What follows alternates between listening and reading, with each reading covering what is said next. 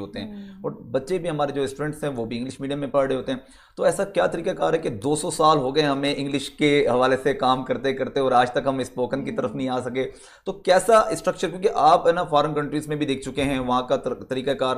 اور ایک چیز ہم اور بھی دیکھتے ہیں کہ جب ہم ایک زبان سیکھ لیتے ہیں تو ہم ایک اور روح حاصل کر لیتے ہیں. تو ہمارے اسٹوڈنٹس کے اندر وہ روح کیسے پیدا کی جا سکتی ہے اب؟ جزاک اللہ. جناب رسالت مآب صلی اللہ علیہ وآلہ وصحبہ وبارک وسلم نے فرمایا کہ اطلب العلم ولو فی الصین، اطلب العلم ولو فی الصین، seek knowledge what though you have to travel to China. صحیح. یہ حدیث پاک ہے اور اس کا انگلش میں ٹرانسلیشن اردو میں یہ ہے کہ علم حاصل کرو خواہ تمہیں چین ہی کیوں نہ جانا پڑے.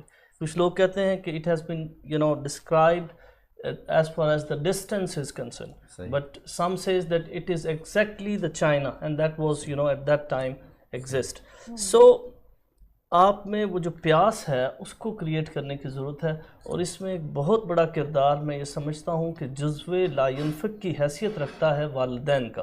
اگر ٹیچرز کو ہم کہتے ہیں کہ وہ اچھا ہے یا اچھا نہیں ہے، اگر والدین توجہ دیں تو میں یہ سمجھتا ہوں کہ یہ حقیقت اظہر من الشمس ہے کہ رزلٹ جو ہے وہ اس کا کمال ہوگا اگر اس کو اس توجہ سے بات کی جائے. چائنا میں مجھے اتفاق ہوا 2019 میں یونیورسٹی نے ایک ایکسچینج پروگرام کے تحت مجھے بھیجا، تو وہاں پہ جس اسکول میں خبے institute of international business and economics میں ہم گئے تو وہاں پہ دنیا کی 14 زبانیں پڑھائی جا رہی تھیں اور ہر زبان کے لیے اس زبان کا نیٹو ٹیچر موجود تھا. 8th گریڈ سے بچہ پڑھنا شروع کرتا ہے، 10th گریڈ میں he can write, he can speak, he can understand and he can go to have a trade on that particular nation. So this is what the vision of the Chinese. So I would prefer, why not we should learn even the model of the China.